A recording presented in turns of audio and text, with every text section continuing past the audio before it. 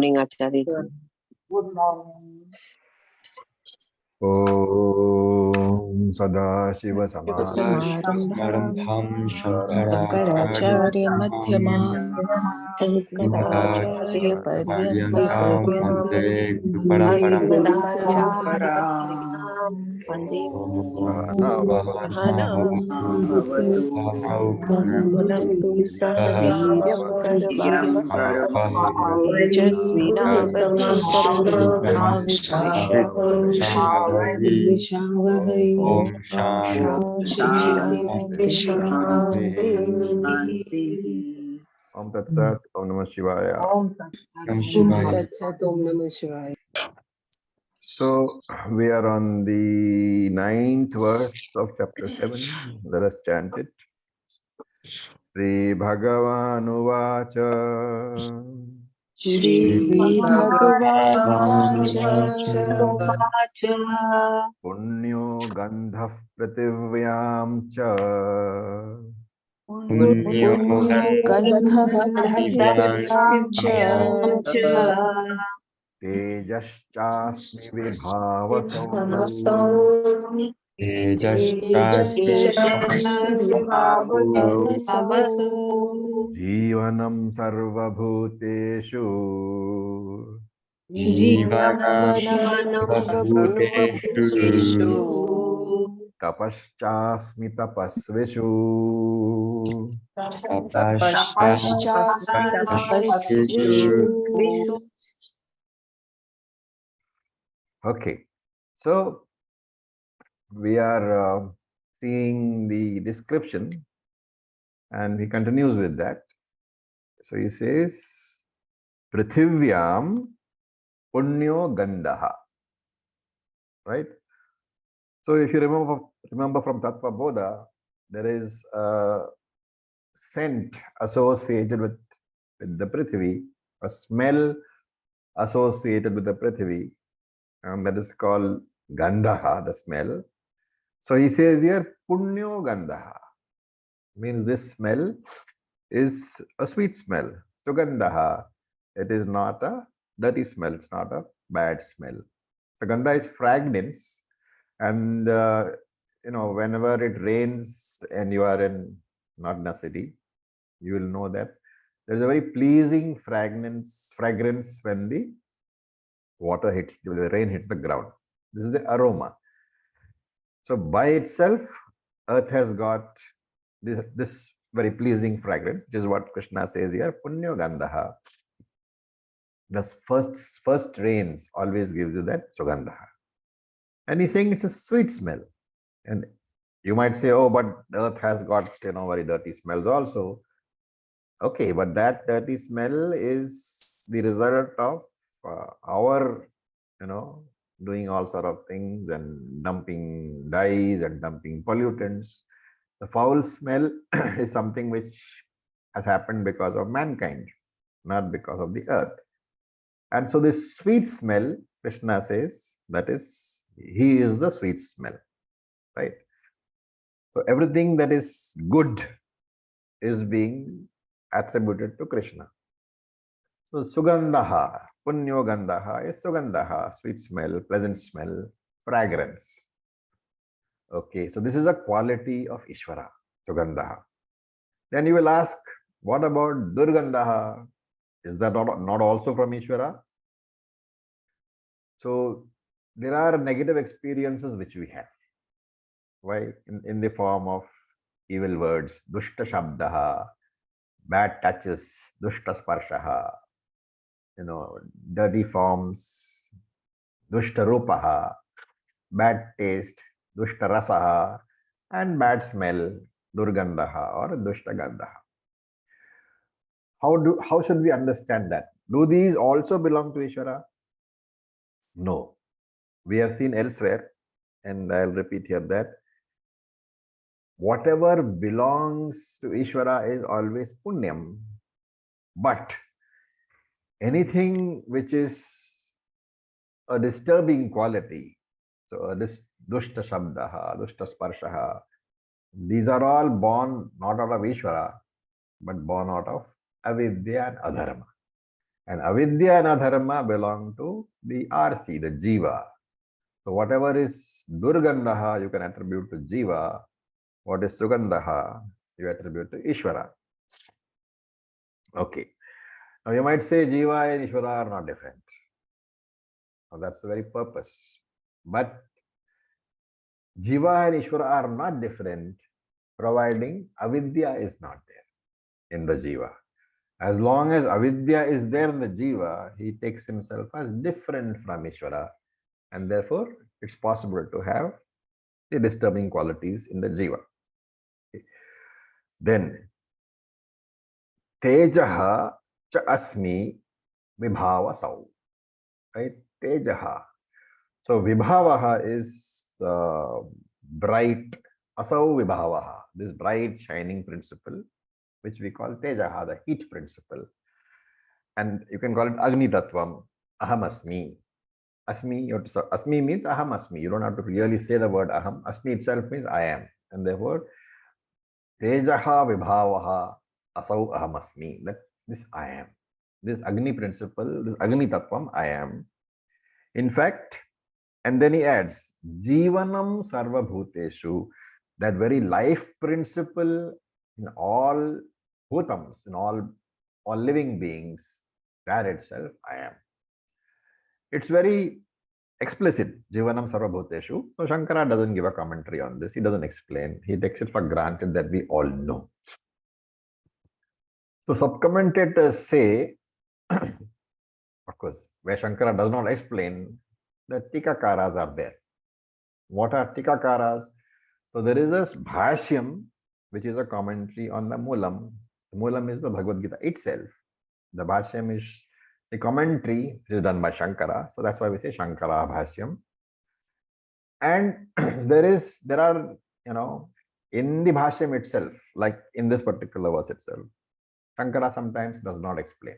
So here, Jivanam Sarva Bhuteshu, Shankara doesn't comment upon at all. And therefore, the Tikakara's job is to step into such areas and explain. So wherever the Bhashyam does not explain something, or Bhashyam leaves it in such a manner that it is capable of more than one explanation, or there is not clarity, then it is the job of the Tikakara to step in and explain. So that's a commentator, he says, this Jivanam, you can take it as prana or annam. Why? Jivanam itself means that because of which something is alive, right? And there are two things because of which something is alive. One is prana itself. Without prana, nothing is alive, because that is why pranamaya. He is breathing. Unless he is breathing, he is not alive. And annam, because without annam also, the living being will not, the food, the living being will not last very long. And therefore, sub-commentators say that sarvas, jivanam sarva bhuteshu can be taken as, I am the very pranic principle in all living beings. It can also be taken as, I am the very annam, because of which all living beings live, right? So, what is Shastra saying? That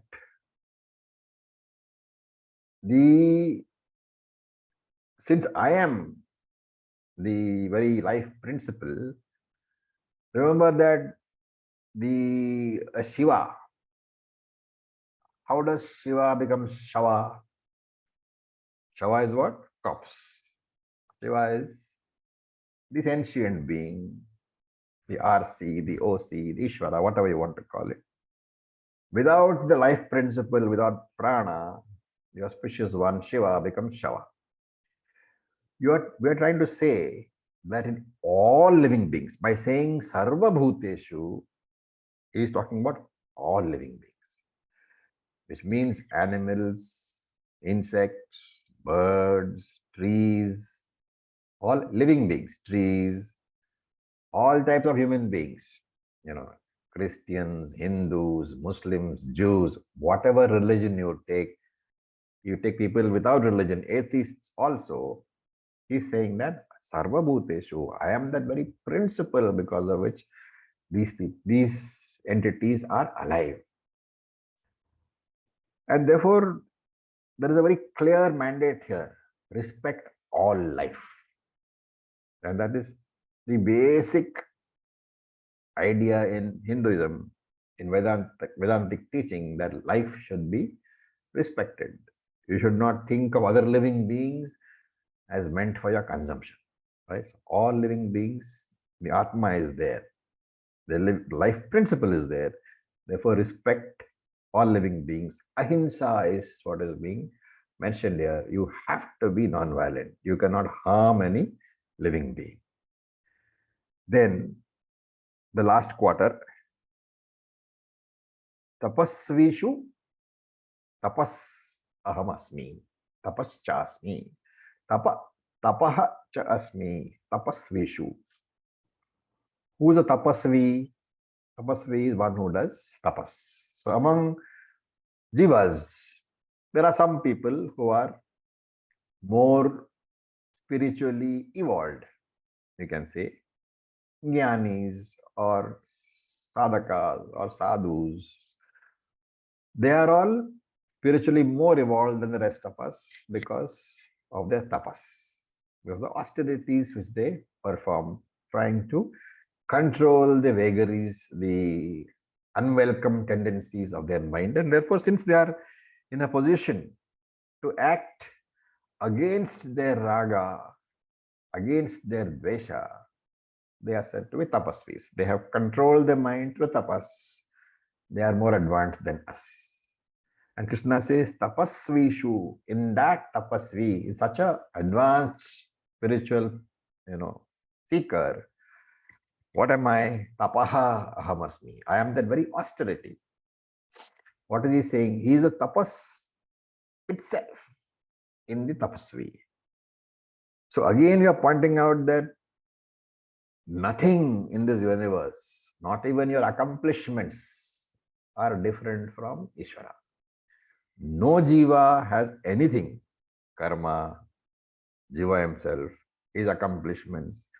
Nothing is ever separate from Ishvara. And if you look at verse number 7, we have the last line, Mai sarvamidam protam sutre manigana eva. Right? So all this, what does the second line say? Mai idam sarvam protam. Everything is woven into me. I am the very cross thread and the long thread, the warp and the woof of the entire creation, right? And that alone is being commented upon. If you look at all the other verses, essentially it is having said that I am there as the very substance of the entire creation. I am the Mai Sarvamidam Protam means everything is woven into me. I am the very thread, which is the cloth. The cloth is the creation. I am the very thread. And that alone is being elaborated by saying all these things, that I am here, I am this, I am that, I am everything. Right? Shankara himself commented that yes, you have to take all these verses now as a commentary on verse number 7, the second line. Right?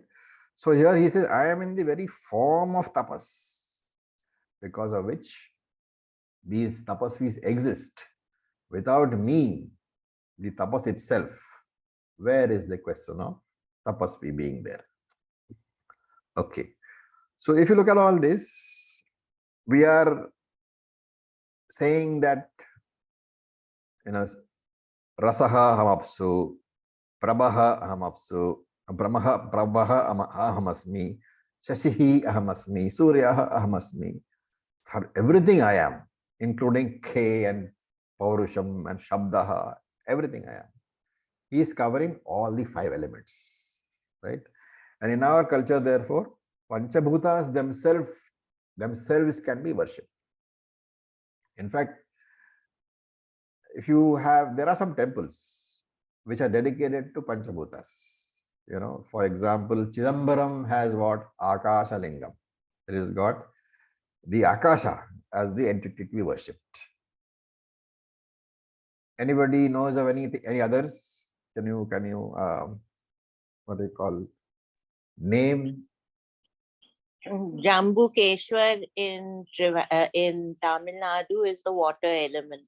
Jalalingam is Jamukeshwar. Then Tiruvannamalai Agni, I think. Tiruvannamalai is Agni Lingam. That's 3. There are still 2 left. Kanchipuram. Anybody been there? Kanchipuram is Prithvi.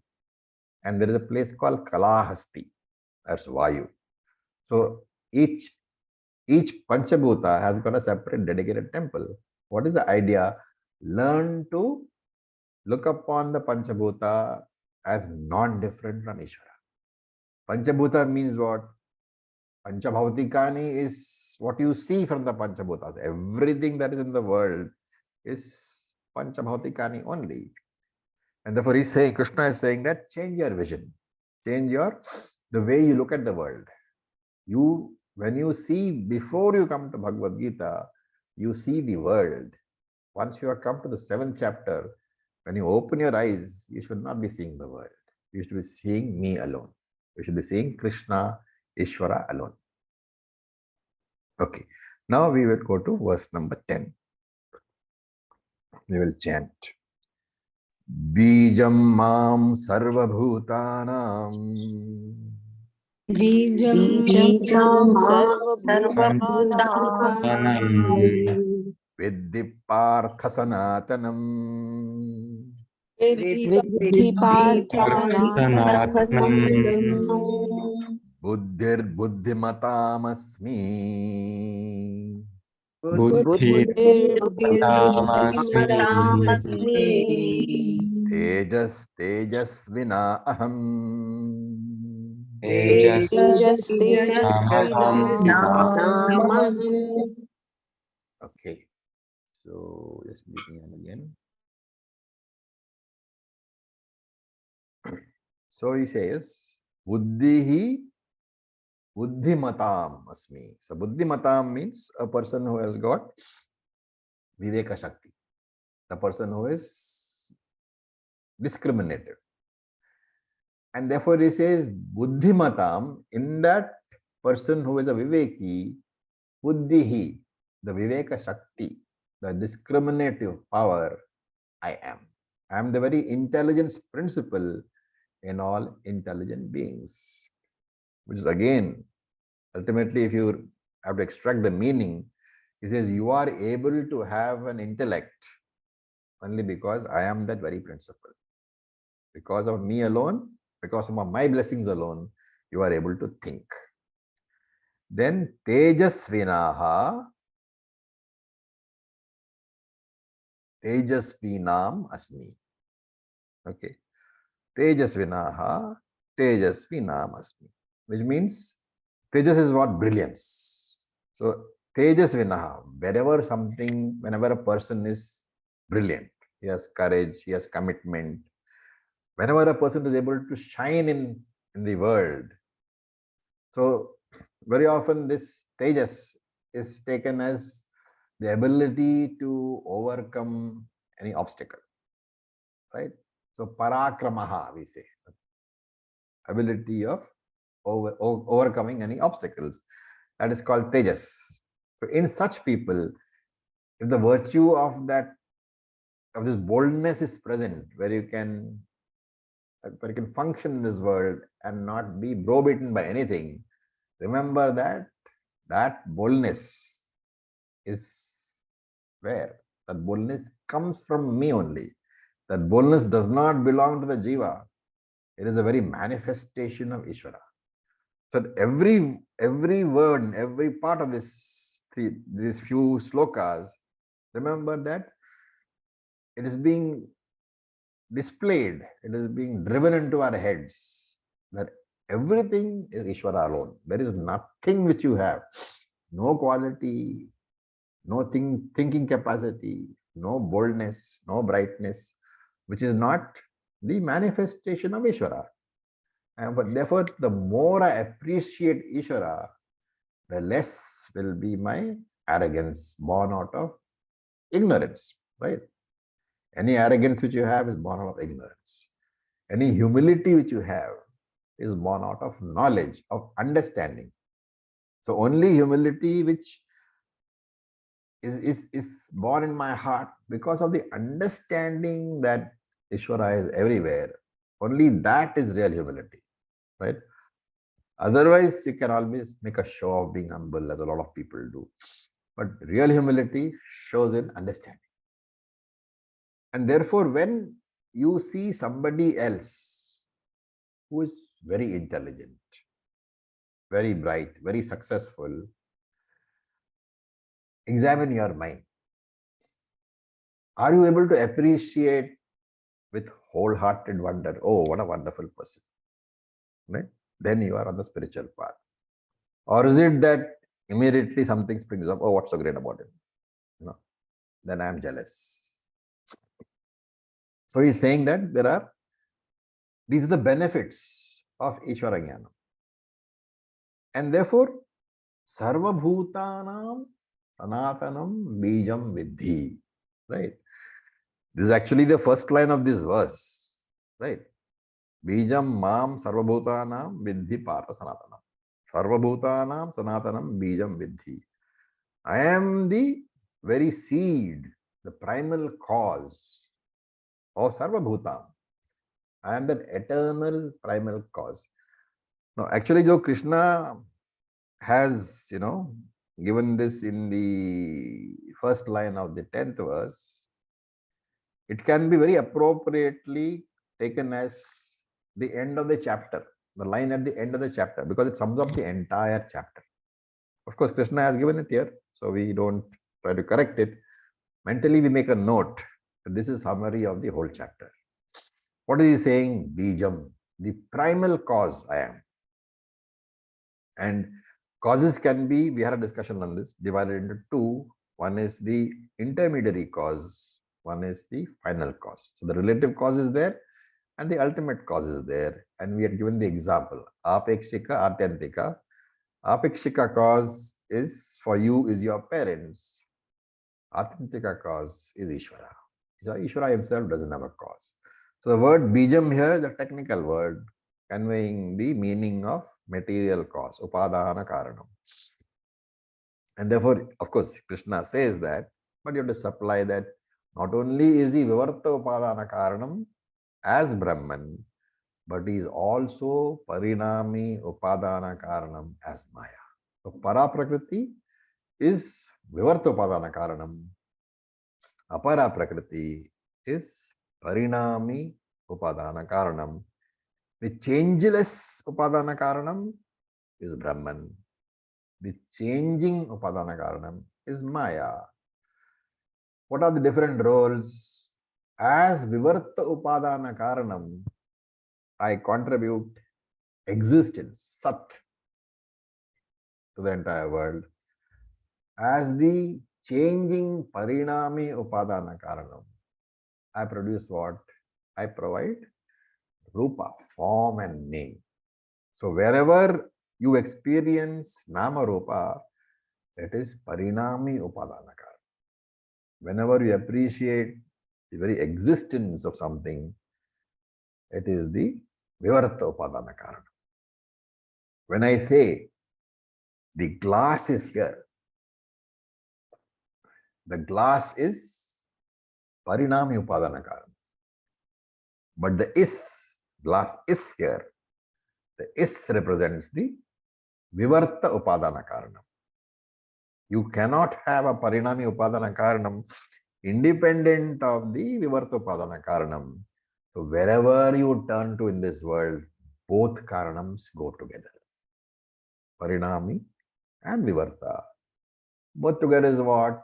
Ishvara only. And therefore Krishna is asking, how can you miss me? Wherever you go, I am there. How can you miss me? Therefore, why do you close your eyes when you want to pray to me? How can you even bother to think that you have to close your eyes for Ishvara Darshanam? Because I am there as your dream also. I am there as your thought also. Whether you close your eyes or whether you open your eyes, Bijam Mam Vidhi, You cannot miss me. I am there. May you understand me in this manner. So don't reduce Krishna or don't reduce Ishvara to somebody sitting in Vaikuntha or in Kailasha. Because by doing that, you are limiting the limitless one. Any adjective you use for Ishvara is a limitation. It's a boundary. And therefore don't use adjectives. So he says Sanatanam Bijam. I am that eternal seed. I am that Anadi Karanam. I am that causeless cause, which means I am the Moola Karanam. I don't have a beginning, Anadi Karanam. And hence Ajaha is also said in other places. I have no beginning at all. Okay. Now we go to the 11th verse. It is more or less in the same flow. So we'll read. Balam balavatam-asmi. Balam balavatam Kamaraga vivarjitam. Kamaragavivarjitam Dharma viruddho bhuteshu. Dharma viruddheshu Kamosmi bharatarshabha. Kamosmi bharatarshava. So you should know that there is a reading difference in some books. My book says Balam Balavatam Asmi. There are some books which will say Balam Balavatam Aham. It is also there. So it doesn't matter either way. Asmi, Aham, it means the same thing. I am. So the reading differences one should not bother about. And so he says, Hey Bharat Arshabha. Arshabha is a bull, prominent bull. So he says, O bull among Bharatas. Bharat, which basically means, O most prominent one of the Bharata race. He is addressing Arjuna, motivating him. He says, Balvatam aham balam asmi. Balavatam, in the very strong people, aham balam asmi. I am the very strength. Remember, every time he says this, you have to remember that Karanam Karye Anuvartate. The Karanam is always present in the Karyam. The cause inheres is always present in the products. Okay. So here he is talking about strength. And strength we can, as we all know, we can classify into basically two major classes. One is strength used responsibly to help others. And one is strength used negatively to cause harm, right? So that's what Puranas talk about. Strength is there in both types of people. So you have Rakshasas who had strength, destructive strength. Hiranyakashipu, Hiranyaksha, Ravana, all these are there, right? And then you have strength in Anjaneya and strength in Rama also. So you have positive strength and negative strength. And so here Krishna is distinguishing and he says, Kama Raga Vivarjitam. I am that strength which is Vivarjitam, free of Kamaha and Ragaha. There is no desire for which I am going to misuse the strength. There is no Ragaha, there is no attachment for which I will misuse the strength. So my strength is not going to be used. That strength of mine is not going to be driven by Kama or Raga. So what is Kama? Kama is a desire.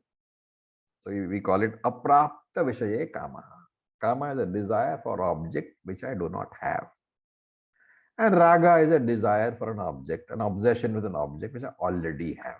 So aprapta vishaye kama, prapta vishaye ragaha. A definition. Okay. So this strength, how is it going to be used? It's going to be used to do my duty. So as a human being, I have certain duties. One part of my duty is to help other people. So these are the desires which I use to help others. And that desire will help me grow spiritually. There are other desires also, moksha. So any desire which will promote spirituality, such as a desire for moksha, is a dharmic kama. Any desire which will promote my inner growth is dharmic. So there is a saying, dhanam dharmartham. So it says, you earn a living, grow your wealth, you earn your wealth, you earn your money. For what purpose? Dharmartham, dharma artham, for the purpose of dharma. Good, dharmic works, dharmic karma you must do with the dharma. And for that dharmic karma, like you have rituals, you have charity, all these things are there, dhanam, etc. You need dhanam, therefore dhanam dharma. Earn money, but predominantly use it for dharma. And what should you do dharma for? Dharma chitta shuddhi artham. Your dharma should be for the purpose of chitta shuddhi only. So you earn money and do good karma and upasana. And that good karma is done for what purpose? Not for name and fame, but for chitta shuddhi only. Why do you need chitta shuddhi? Chitta shuddhi jnanartham. It should be for enabling you to come to jnanam. And what do you need jnanam? Jnanam mokshartham. From jnanam will confer moksha unto you. So when we come to Taittiriya Upanishad, Shankara comments that even desire for money is a wonderful desire, right? Providing that you want to earn plenty of money for the purpose of helping society. So even desire for wealth, which normally we consider as adharmic, can be dharmic. It depends on how you want that wealth to be utilized. What is your purpose in getting the wealth? Okay. Then we go to verse number 12. We will read. Ye chaiva satvika bhavaha ये चैव सात्विका भावा rajasas tamasascha ye राजसास्तामसाश्चये matta eveti tan viddi मत्त एतान् एवेतान् वदेति natvaham teshu te mai. न त्वहं तेषु ते मयि So I mentioned earlier that outside whatever you see is Ishvara. And I said that time that even when you close your eyes, whatever you see is Ishvara only. Krishna is expanding on that point. He said bhavaha. Bhavaha is the objects in your thoughts, the internal objects in your mind. So the internal world of thoughts, that is bhavaha. And these thoughts are also a product of Ishvara only. Why? According to the scriptures, thought is matter. It is anatma. It is inert, jadam. And in your mind, Shastra says, you can divide the mind into two parts. One part is the inert thought. Of course, it is changing every moment. Apara prakriti, constantly changing thoughts, right? Why is it constantly changing? Because, unless there are different thoughts every instant, there is no communication possible. So even as I speak, right, I'm using certain words, and each word has a different meaning. And therefore, as I speak, you are grasping my words sequentially. There's one word which has a particular meaning, there's another word which has a particular meaning, and therefore every minute your thoughts are changing. Whenever you say understanding my words, it means you are thinking certain things. This word means this word means it's instinctive. You're not, the process is almost instinctive because you know the meaning of the words. But every minute your thoughts are changing as I speak. With my words, the thoughts change. And therefore, every second of your activity so right now it's a class, but anywhere else also, the thoughts are constantly changing. Without constant change, there is no communication receivable or possible to communicate also. And in fact, even as you drive, supposing you are driving a car, your thoughts are constantly changing depending on what you see before you, right? It is a thought, even that what you see is being converted into a thought by your mind. And therefore, unless you are constantly seeing the road and things happening, cars are coming, people are walking, it is not possible for you to drive. And therefore, every minute, every instant of your life, with every event that changes in front of you, your thoughts change. So that constantly changing apara prakriti is one part of your mind. And the other part is the changeless para prakriti. Right? So within your mind itself, there are two things. There are varying thoughts and there are non-varying consciousness. Right? So when you say, I am conscious of what you are saying, the first sentence, I am conscious. The second sentence, I am conscious. The third sentence, I am conscious. The sentences, the words are changing, right? So the words are changing. Each is a different word. The words that I speak are changing. So your thoughts are changing. But what is there which is consistent? I am conscious of your word, I am conscious of your word, I am conscious of your word, I am conscious of your word. That consciousness principle remains the same. Even when I stop speaking, you are conscious of the silence. Therefore, whether the changing thoughts are there or not, the changeless consciousness continues to be there. Even when there is silence, even when you are aware of the silence. The awareness itself is the consciousness principle. And therefore, in your mind, you have a consistently changeless consciousness principle called Paraprakriti.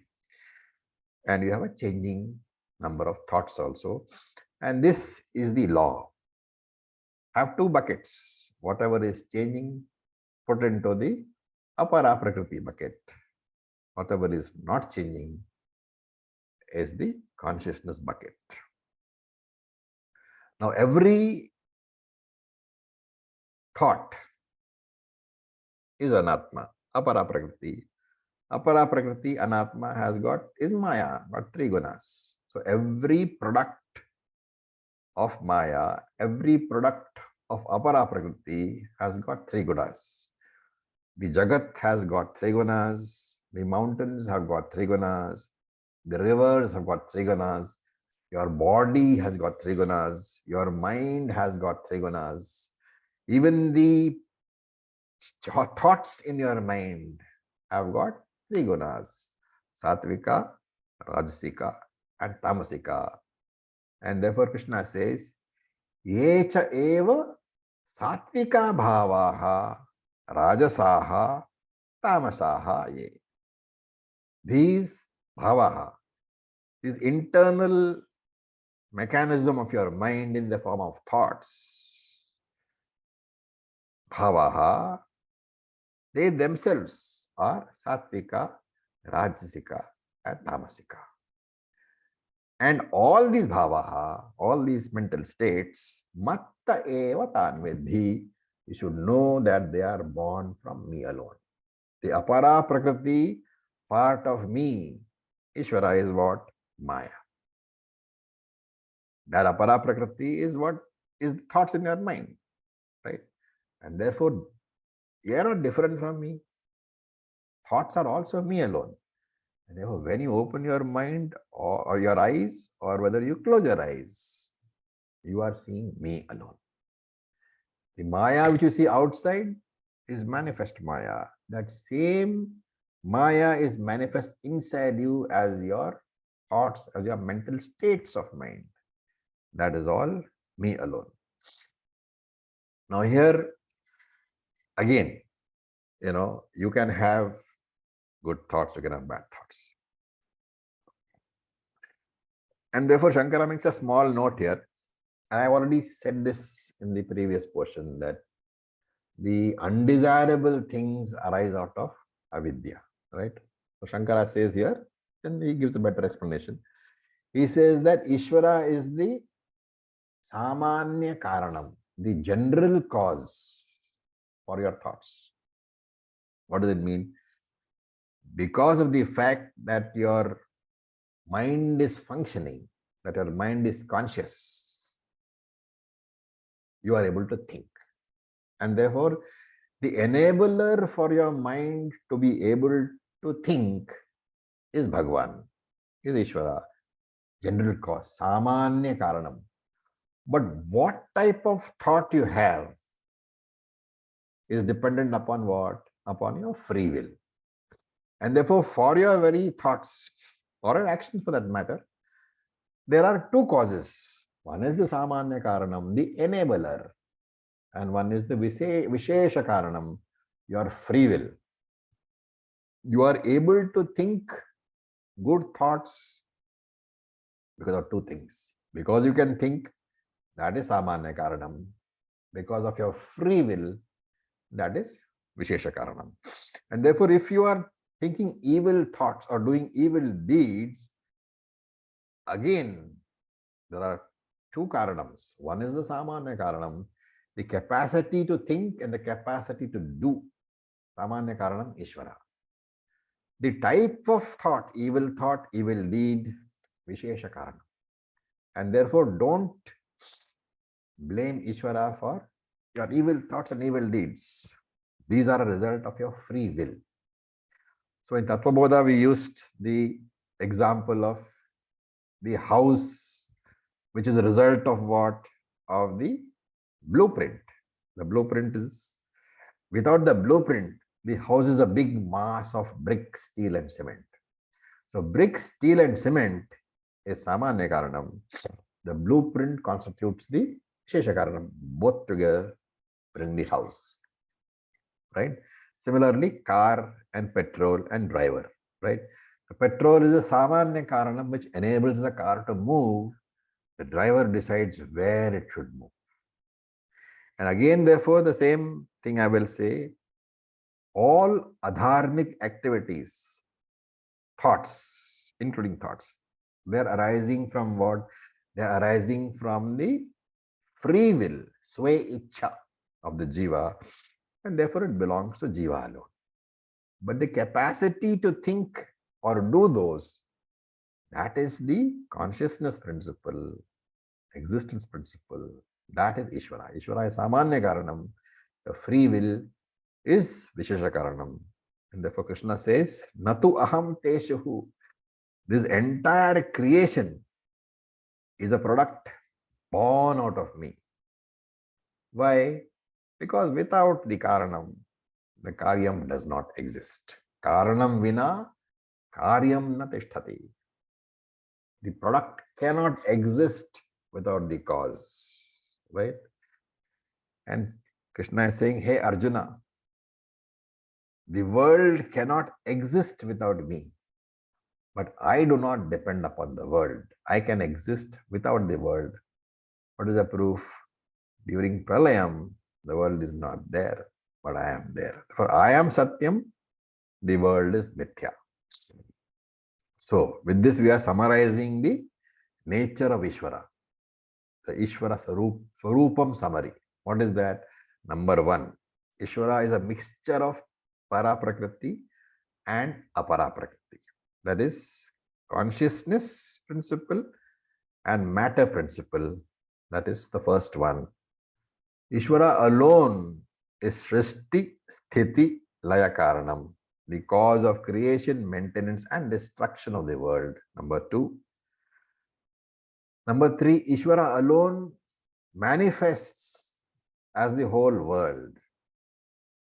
I am not saying changes. Ishvara alone manifests as the whole world. Ishvara is the cause and the world is the effect. Ishvara is Satyam and Jagat is Mithya. That is the summary of Ishvara Swarupam. With that, we'll stop for today. Any questions we can answer.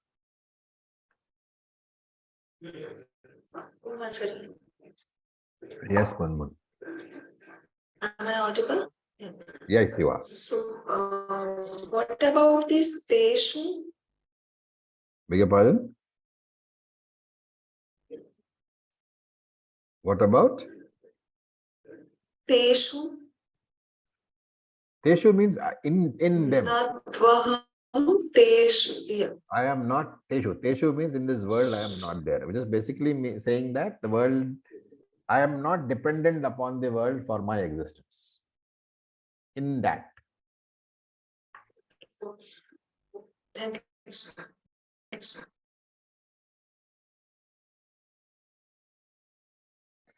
That word, last word, you take Natvaham Teshu te mai, right? Na tu aham Teshu. I am not in them. Te mai. They are in me. That's what it means.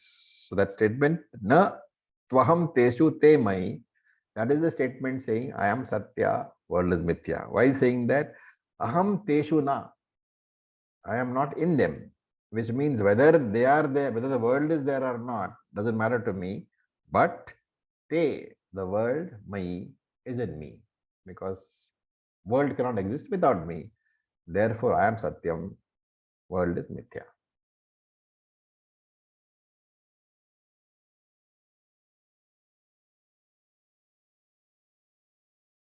Any other questions? Otherwise, we'll stop for the day. I don't think we have enough time to complete the next verse. Okay. Om Purnamadav Purnamidam Purnat Purnamudachyate Purnasya Purnamādaya Purnamādaya Purnamevasishyate. Purnamevasishyate. Om Shanti Om Shanti Tatsatu. Shanti. Om Tat Sat. Shanti. Thank you for your patience. Om Tatsat. Om Namah Shivaya. Thank you, sir.